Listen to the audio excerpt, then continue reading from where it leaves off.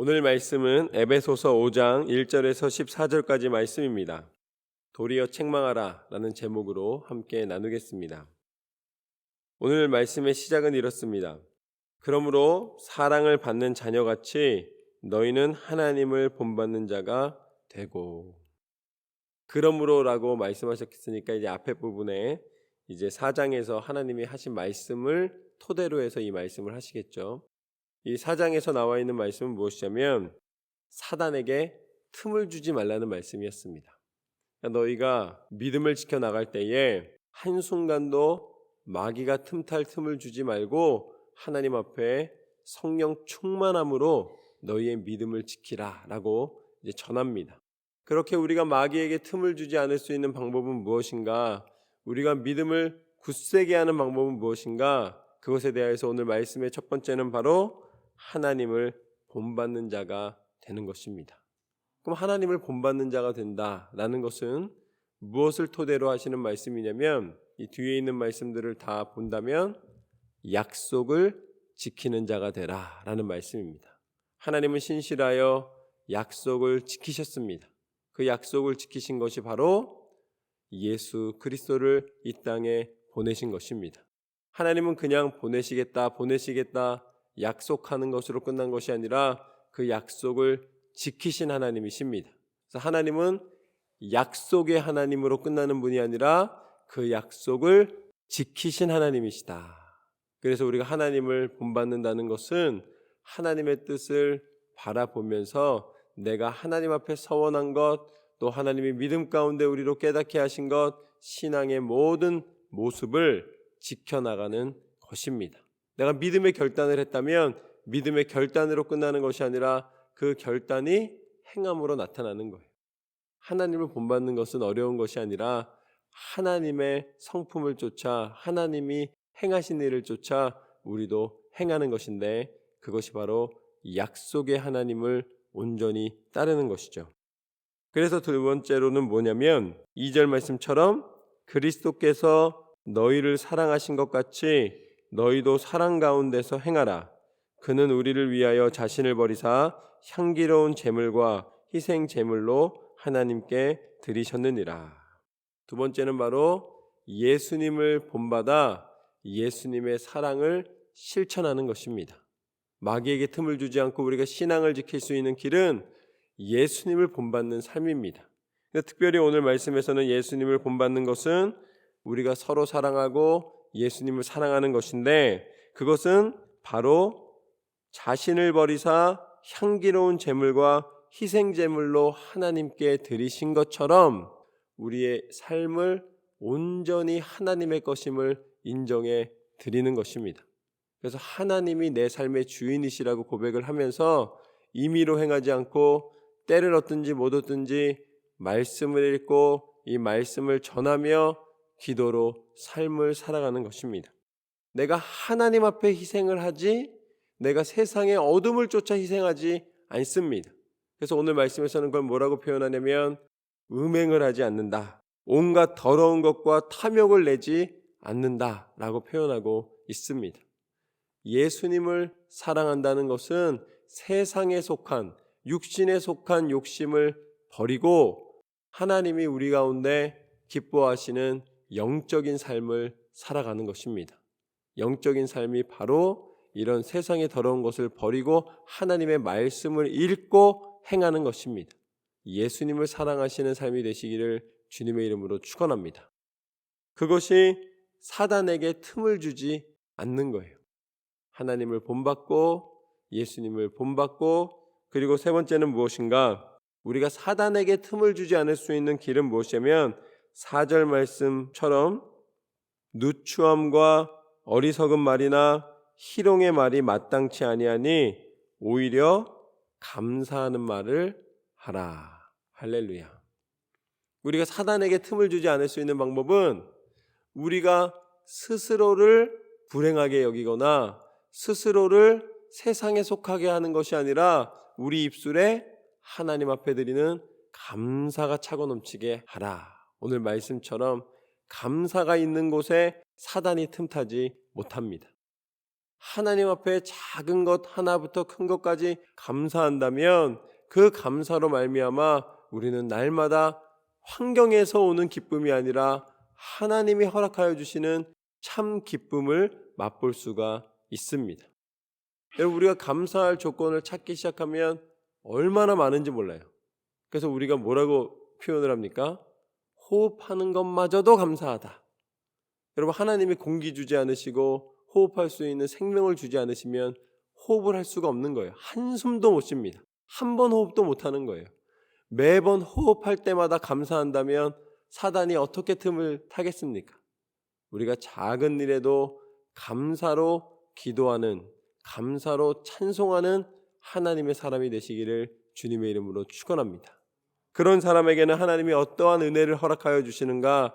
날마다 입술에 감사가 가득한 사람에게는 너희도 정녕 이것을 알거니와 음행하는 자나 더러운 자나 탐하는 자 곧 우상 숭배자는 다 그리스도와 하나님의 나라에서 기업을 얻지 못하리니. 그러니까 세상에 속해 있고 불평하고 세상에서 만족을 누리고 세상의 욕심을 취하는 사람은 하나님의 기업을 얻지 못하는 거예요. 그렇지만 날마다 감사하는 사람에게는 하나님의 기업을 허락하여 주십니다. 오늘 말씀을 잘 살펴보면 하나님이 기업을 주지 않으시기 위해서 이 말씀을 하시는 것이 아니라 우리가 하나님의 기업을 얻기를 원하시기 때문에 이 말씀을 하시는 것이죠. 하나님의 기업을 우리 가운데 허락해 주십니다. 하나님의 기업이 무엇입니까? 땅의 개념입니다. 하나님이 땅을 주신다는 거예요. 그런데 그냥 땅이 아니라 하나님의 땅이잖아요. 하나님의 땅이 바로 하나님의 나라입니다. 하나님의 나라에서 하나님의 땅을 주신다는 거예요. 이게 천국을 우리 가운데 허락해 주신다는 약속입니다. 저는 여러분이 천국의 땅을 사시길 주님의 이름으로 축원합니다. 이 땅에서 조금 없어도 괜찮아요. 하나님께서 예비하신 하나님 나라의 땅을 소유하십시오. 아마 든든할 거예요. 여러분 가슴에 하나님의 기업이 여러분한테 있을 때에 그것이 바로 감사의 조건이 된다는 거예요. 세상에서 감사를 찾는 것이 아니라 하나님의 나라에서 하나님의 기업을 허락받음으로 날마다 감사를 고백할 때에 사단이 틈타지 못하리라. 하나님 왜 이 땅에서 땅 안 주셨어요? 그럼 사단이 틈타는 거예요. 그러나 하나님의 은혜 가운데 우리는 믿음을 지킬 수가 있습니다. 계속해서 6절 말씀부터 보면 이렇게 나와 있습니다. 누구든지 헛된 말로 너희를 속이지 못하게 하라. 이로 말미암아 하나님의 진노가 불순종의 아들들에게 임하나니 그러므로 그들과 함께하는 자가 되지 말라. 너희가 전에는 어둠이더니 이제는 주 안에서 빛이라. 빛의 자녀들처럼 행하라. 사단은 어둠입니다. 예수님은 빛이십니다. 우리가 사단에게 틈을 주지 않는 것은 바로 우리가 빛의 자녀임을 온전히 깨닫고 빛의 자녀로 살아가는 것입니다. 우리가 빛에 거하면 어둠이 더 이상 우리를 틈타지 못하는 거예요. 그러면 주의 빛의 자녀처럼 행하는 것은 무엇이냐? 그것이 바로 9절 말씀에 나와 있습니다. 빛의 열매는 모든 착함과 의로움과 진실함에 있느니라. 우리가 빛의 자녀로 행하는 것은 착함과 의로움과 진실함이에요. 그럼 여기서 말하는 착함을 행하기 위해서 나는 뭐든지 예스하고 나는 아주 착하게 살아야지. 그런 세상이 말하는 착함이 아닙니다. 여기서 말하는 착함은 무엇이에요? 여기서 말하는 착함은 하나님의 뜻대로 순종하는 삶입니다. 날마다 기도하고 날마다 예배하고 날마다 하나님을 바라보며 더불어 의로움은 정직히 행하는 거예요. 하나님의 뜻을 쫓아 하나님 뜻대로 순종하는 삶을 이야기하는 것이죠. 내가 하나님 앞에 서원하고 하나님 앞에 결단한 것을 삶에서도 그대로 실천하는 것입니다. 그리고 진실함 역시 하나님 앞에 두 마음을 갖지 않는 것입니다. 그것이 빛이에요. 빛을 행하고 빛의 자녀가 된다는 것은 우리의 삶의 행함 속에서 하나님의 뜻이 나타나는 것입니다. 착함과 의로움과 진실함이 나타나는 것이죠. 그런 사람에게는 사단이 틈타지 못합니다.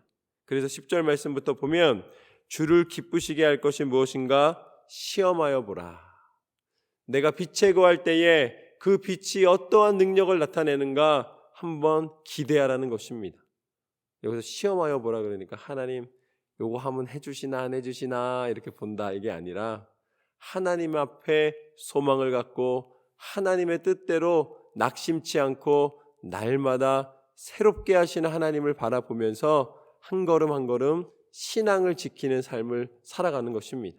그럴 때에 너희는 열매 없는 어둠의 일에 참여하지 말고 도리어 책망하라. 그들이 은밀히 행하는 것들은 말하기도 부끄러운 것들이라. 그러나 책망을 받는 모든 것은 빛으로 말미암아 드러나나니 드러나는 것마다 빛이니라. 그러므로 이르시기를 잠자는 자여 깨어서 죽은 자들 가운데서 일어나라. 그리스도께서 너에게 비추이시리라 하셨느니라. 아멘. 여러분, 예수님이 이 땅 가운데 오실 때에 거룩한 사람으로 존경받던 사람들이 있습니다. 그게 누구냐면 제사장 그룹이었어요. 대제사장 그룹이 왜 존경을 받았냐면 유대인들에게는 아픔이 있었기 때문입니다. 유대인들이 예수님이 오실 당시에 어떤 상태였습니까? 나라를 다 잃어버린 상태였어요. 더 이상 독립적인 나라를 이루고 독립적인 통치를 하는 것이 아니라 로마에 의해서 지배를 받고 있었습니다. 그러니까 바벨론부터 시작해서 바벨론, 페르시아, 로마에 이르기까지 유다 백성들이 다 나라를 잃은 상태로 포로 상태로 속국 상태로 살아가고 있었습니다. 그러니까 그들은 하나님이 분명히 다윗과 같은 거룩한 존재를 보내셔서 새로운 통치를 허락하실 거라고 믿었는데, 메시아가 올 거라고 믿었는데 그 메시아가 오기 전까지 자기들을 묶는 통치가 필요했어요. 그러니까 그 통치를 누구한테 맡겼습니까? 그 통치를 제사장 그룹이 하고 있었던 거예요. 그런데 제사장 그룹은 속국이라는 아픔보다 거기에서 자기들만의 기쁨을 누리는 게 있었어요. 로마한테 조금만 잘 보이면 제사장 그룹은 옛날에는 그냥 제사장이었는데 이제는 왕의 권한까지 누릴 수 있었던 거예요. 굳이 바뀌는 게 그렇게 좋은 일이 아니었어요. 메시아가 오시는 것이 바란다고 입으로는 말을 하지만 지금 현재의 상태가 어땠던 거예요? 좋았던 거예요. 자신이 누리던 파워가 없어지잖아요. 그럼 다시 제사만 드리는 역할을 하지 왕이 가졌던 그런 권세가 넘어가는 거잖아요. 그러니까 입으로는 나라가 회복돼야 되고 하나님께서 예비하신 메시아가 올 거라고 이야기는 하지만, 그러나 정작 그들이 기대하는 것은 현재 이 상태가 좋사오니였어요. 진정한 빛을 전하는 것에는 전혀 관심이 없었습니다. 그래서 예수님이 오셨잖아요. 하나님이 보내신 메시아가 이 땅 가운데 오셨습니다. 그러면 어떻게 해야 돼요? 누구보다 거룩하고 누구보다 리더가 돼 있던 제사장 그룹이 기뻐하며 맞아줘야 됐을 거 아니에요. 헤롯이야 두려워하는 게 당연합니다. 아니, 내가 왕인데 새로운 왕이 나타났다고? 그게 무슨 소리야? 그러면서 당연히 경계하는 것이 당연하지만 제사장 그룹은 경계가 아니라 환영하면서 감사하면서 하나님 앞에 나갔어야 되는 거예요. 그러나 제사장 그룹은 어땠습니까?